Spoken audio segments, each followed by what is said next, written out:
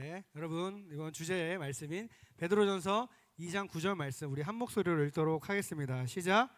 그러나 너희는 택하신 족속이요 왕 같은 제사장들이요 거룩한 나라요 그의 소유가 된 백성이니 이는 너희를 어두운 데서 불러내어 그의 기이한 빛에 들어가게 하신 이의 아름다운 덕을 선포하게 하려 하심이라. 아멘. 방금 읽은 이 주제 말씀 베드로전서 2장 9절 말씀을 가지고 새로운 정체성, gifted from above, 하늘로부터 받은 새로운 정체성이라는 제목으로 하나님의 말씀 나누기를 원합니다. 여러분 수련회를 시작하면서 여러분 재밌는 실화를 한번 소개해 드릴게요. 오래전에 미국의 한 남자가 중고 가구점에서 단돈 4달러, 오늘날로 하면 한 6,000원 되겠죠. 환율이 좀 있어서 한 6,000원, 5,000원 정도를 주고 산 낡은 그림이 하나 있었대요. 그 그림을 샀는데 그 그림이 탐나서 그 그림을 샀던 게 아니라 그 그림을 끼워둔 액자가 너무 마음에 들어서 샀어요. 몇 달러? 4달러. 그런데요, 집에 와서 그 액자를 뜯어보니까 그 그림 뒤편에 낡은 종이 한 장이 툭 떨어지더랍니다.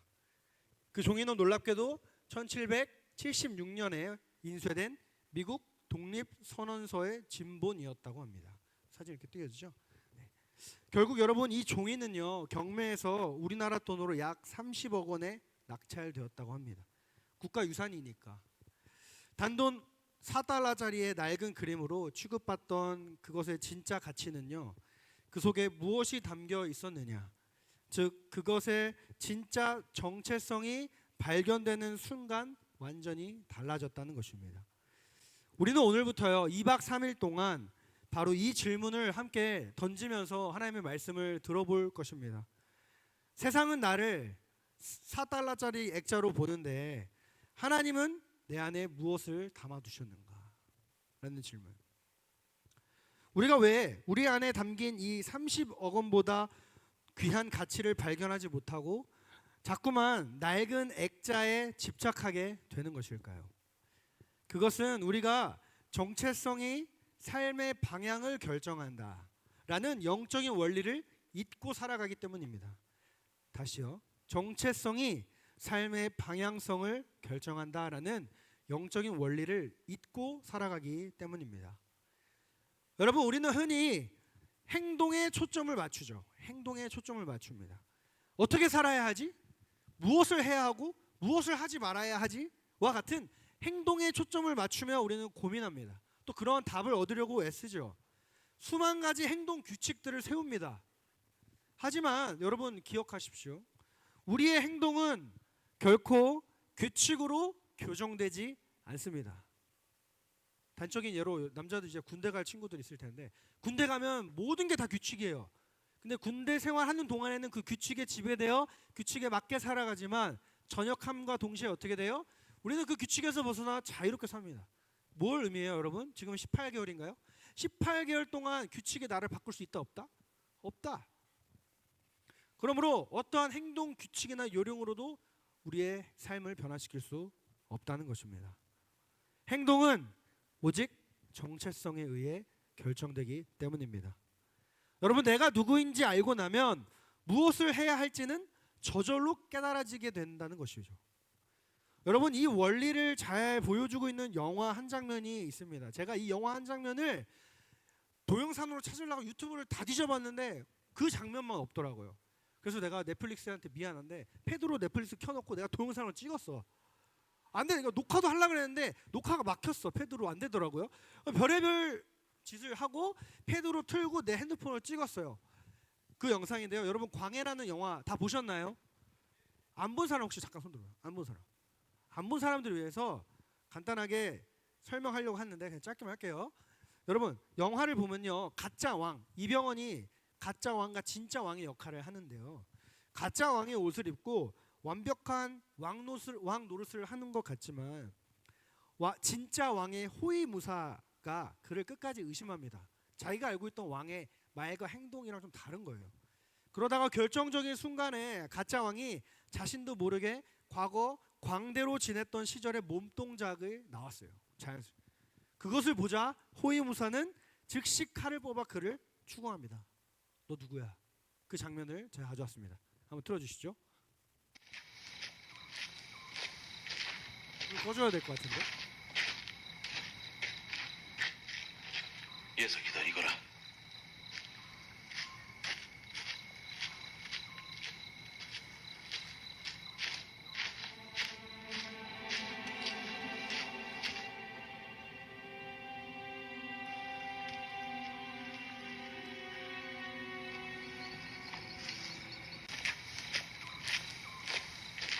네. 보셨나요, 여러분? 보셨어요? 어떤 장면인지 본 사람들은 다 이해되죠. 지금 중전을 만나러 가는 길인데 중전이 좋아할 만한 답변을 갖고 갔기 때문에 신난 거야. 만날 생각에. 그러면서 옛날 자기가 원래 본업이 뭐였어? 광대였죠. 광대 때 했던 그 발걸음으로 신나게 중전한테 가고 있는 모습을 뒤에서 호위묘사가 보고 역시 저건 가짜 왕이다 해서 칼을 뽑는 장면이 그 뒤에 나옵니다.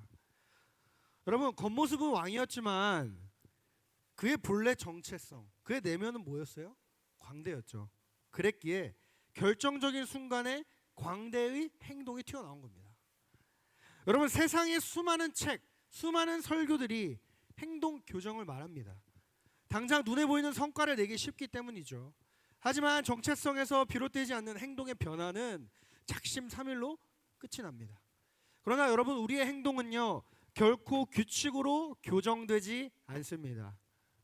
행동은 오직 정체성에 의해서만 결정된다라는 것이죠.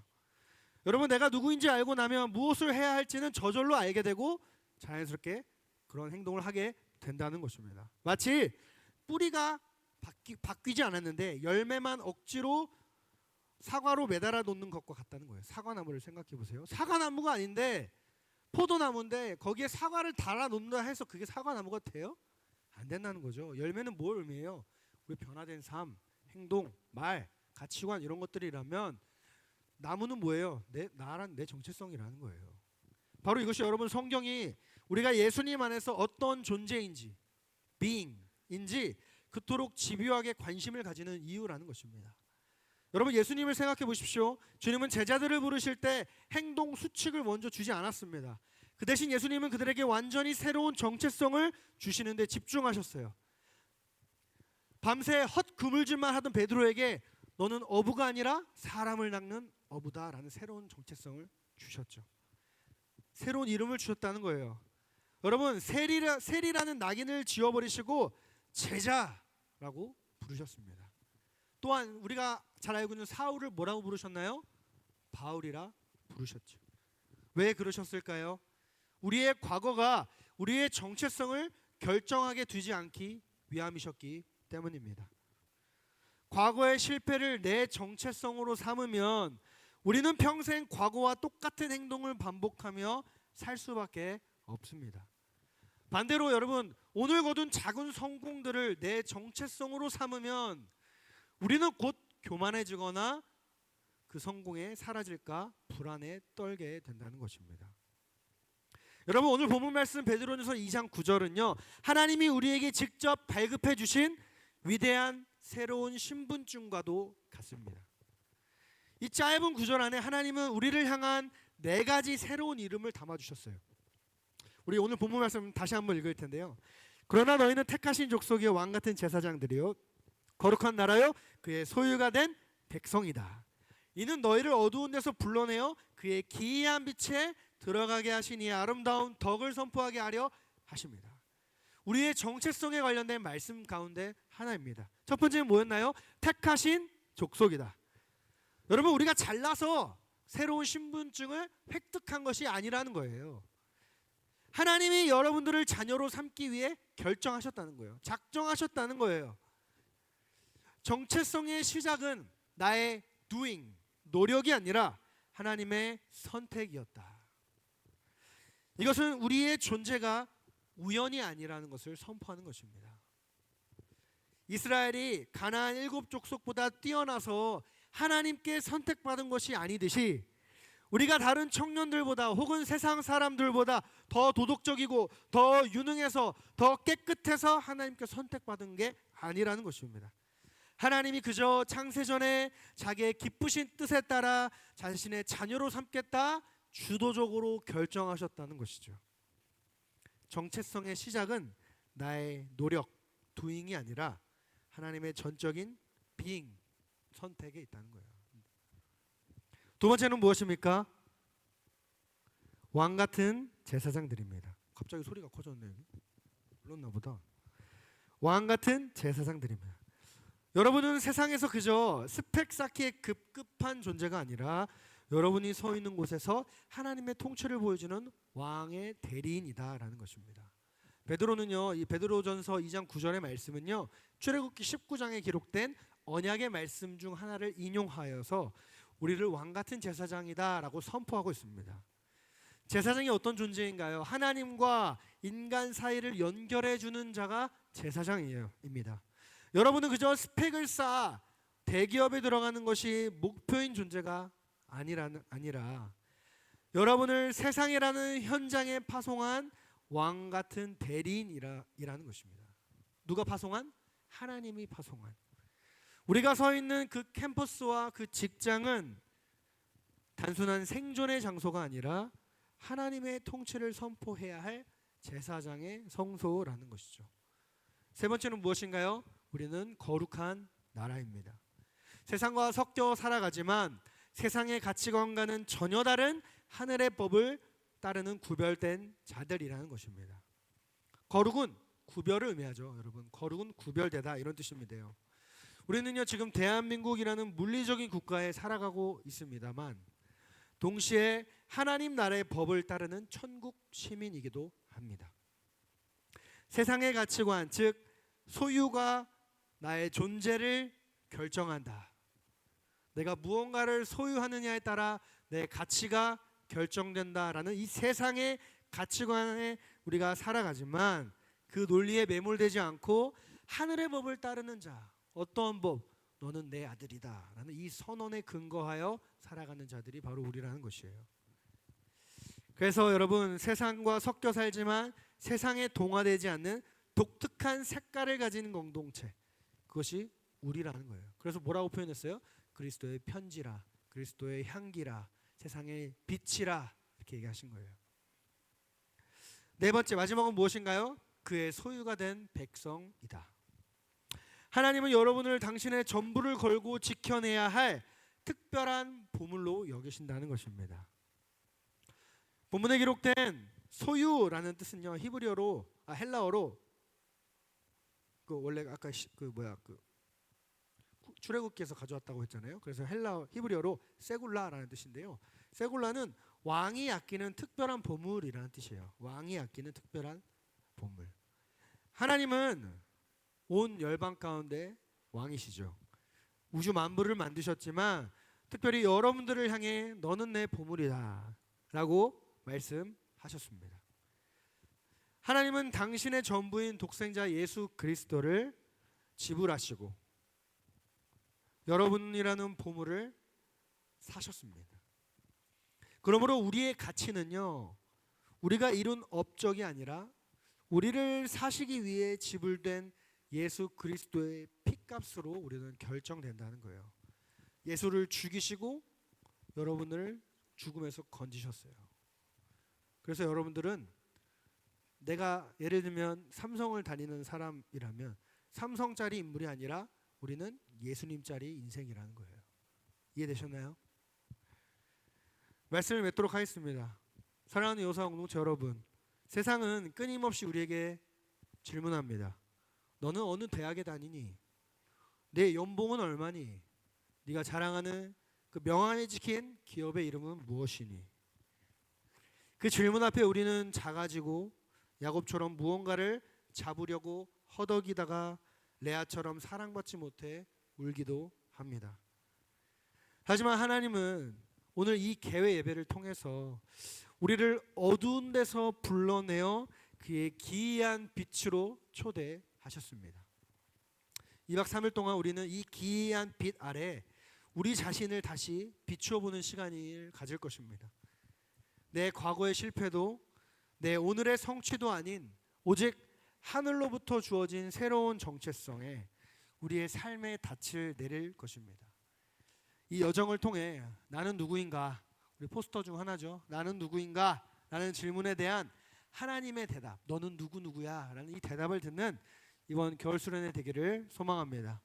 그래서 여러분들의 삶의 방향이 놀랍도록 변화되기를 소망합니다. 이 간절한 설레임과 기대감을 가지고 우리 기이한 빛으로 당당히 걸어가는 우리 여호수아 공동체 되기를 주님의 이름으로 축복합니다. 축복합니다. 아멘. 우리 함께 찬양하고 기도하겠습니다. 주제 찬양이죠, 여러분. 당황하셨어요? 많이 짧았죠? 개회배니까 짧게 가는 거죠. 네, 우리 주제 찬양이죠. 주의 자녀로 산다는 것은. 모르는 분 없죠?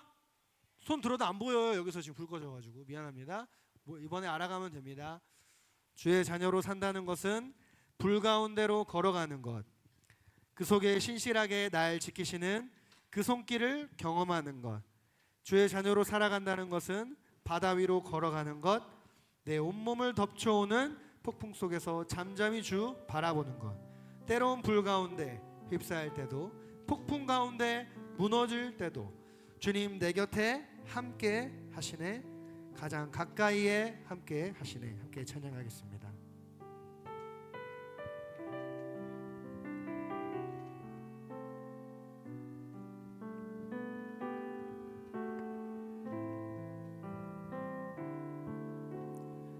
주의 자녀로 산다는 것은, 주의 자녀로 산다는 것은 불 가운데로 걸어가는 것, 그 속에서 신실하게 날 지키시는 그 손길을 경험하는 것. 주의 자녀로 산다는 것은, 주의 자녀로 산다는 것은 바다 위로 걸어가는 것, 바다 위로 걸어가는 것, 내 온몸을 덮쳐오는 폭풍 속에서 잠잠히 주 바라보는. 사절로 고백합니다. 주님과 주의 자녀로, 주의 자녀로 산다는 것은 주님과 함께 동행하는 것, 주님과 함께 동행하는 것. 주께서 지신 십자가, 주께서 지신 십자가 기꺼이 지고 주와 함께 걸어가는 것. 때로 불 가운데, 때론 불 가운데 휩싸일 때도, 폭풍 가운데 무너질 때도 주님 내 곁에 함께 하시네, 가장 가까이에 함께 하시네. 때론 불 가운데, 때론 불 가운데 휩싸일 때도, 폭풍 가운데 무너질 때도 주님 내 곁에 함께 하시는, 가장 가까이. 우리 한 번 더 전심으로 고백합니다. 때론 불 가운데 지날 때도, 가운데 휩싸일 때도, 폭풍 가운데 무너질 때도 주님 내 곁에 함께 하시네, 가장 가까이에 함께 하시네. 우리 한 가지 기도 제목으로 기도했으면 좋겠습니다. 하나님, 이번 수련회의 주제에 은혜가 이번 수련회 가운데 나에게 임하기를 원합니다. 이 수련회를 준비하면서 제가 여기서 이제 매일 이렇게 기도했어요. 하나님, 이곳에 발 디딘 모든 사람들, 성경에 보면요, 라마 나요시라는 곳이 있는데, 사울이 다윗을 죽이러 가려고 할 때 그 지명의 이름이 라마나요시였어요. 그곳에 죽이러 가려고 할 때 성령께서 임재하시니까 사울이 예언을 하기 시작합니다. 성령에 감동되기 시작해요. 그렇게 기도했습니다. 하나님, 이것을 라마나요스로 삼아 주시사 한 명이라도 그냥 왔다 그냥 돌아가는 자들이 생기지 않고 하나님의 부어주신 그 새로운 정체성에 감동되어 내 주님을 위해 살아가겠노라 결단하는 이번 겨울 수련회가 되게 해달라고. 여러분, 하나님은 제 기도를 분명히 들으셨을 거라 저는 믿습니다. 이 순간 여러분들이 발이 아니라 여러분 온 몸이 지금 여기 들어와 있잖아요. 하나님께 올려드린 이 기도의 제목이 여러분들의 삶 가운데 경험되어지고 또 응답되어질 거라 저는 확신합니다. 그러니까 그 시간이 이루어지는 이번 겨울 수련회 되게 해달라고. 하나님의 자녀라는, 하나님 나라의 백성이라는, 또 예수의 제자라는 새로운 정체성으로 무장되어 세상 속에 담대히 나아가는 이번 겨울 수련회 되게 해달라고 우리 주님의 이름 한번 부르며 기도하며 나아갑시다. 우리 감사합니다.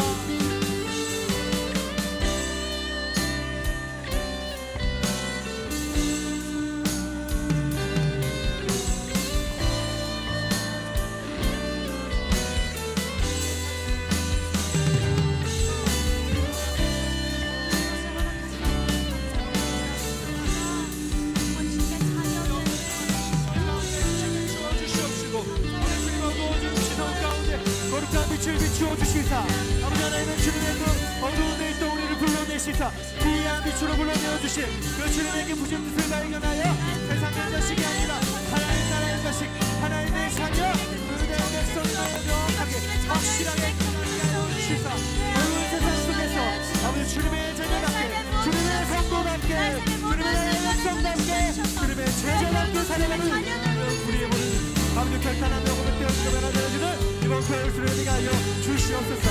아버지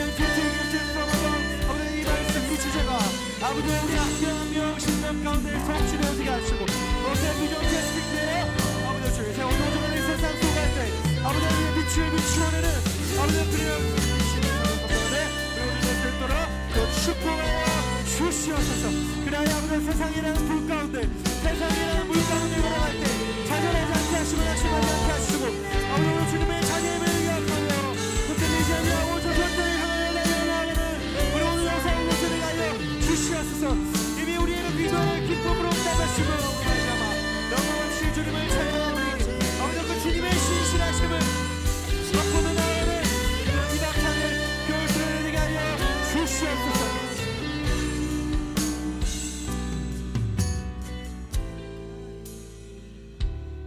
하나님 감사합니다. 불과 같은 세상 속에서 또 물과 같은 세상 속에서 또 폭풍 같은 세상 속에서 우리가 그동안 흔들렸던 이유가 우리의 정체성이 바로 세워져 있지 않았음을 먼저 깨닫게 하신 주님을 찬양합니다. 그 어떤 행동 규칙으로도 우리의 삶을 변화시킬 수 없음을 주님 겸허히 고백하며 아버지 내가 하나님의 자녀요 택하신 백성이요 또 택하신 족속이라는 그 새로운 정체성에 우리가 비전 캐스팅 되어 정말로 이 세상 속에서 그 정체성다운 삶으로 성도다움으로 하나님을 영화롭게 하기로 결단하며 그런 변화를 경험하는 이번 겨울 수련회 되게 하여 주옵소서. 오늘 이 자리에 온 모든 주님의 자녀들 또 오늘 저녁에 올 모든 교회 주님의 자녀들 한 명 한 명 주님의 피 묻은 손으로 친히 안수하여 주시사 예배하신 하늘의 복을 온전히 누리며 나아가는 이번 겨울 수련회 되게 하심으로 주님 홀로 영광 받아 주시옵소서. 그렇게 행하시므로 영광 받으실 주님을 찬양하며 살아계신 예수 그리스도 이름으로 감사드리며 기도드리옵나이다. 아멘. 우리의 기도에 응답하심으로 영광 받으실 주님께 감사와 찬양과 영광의 박수 올려드립시다.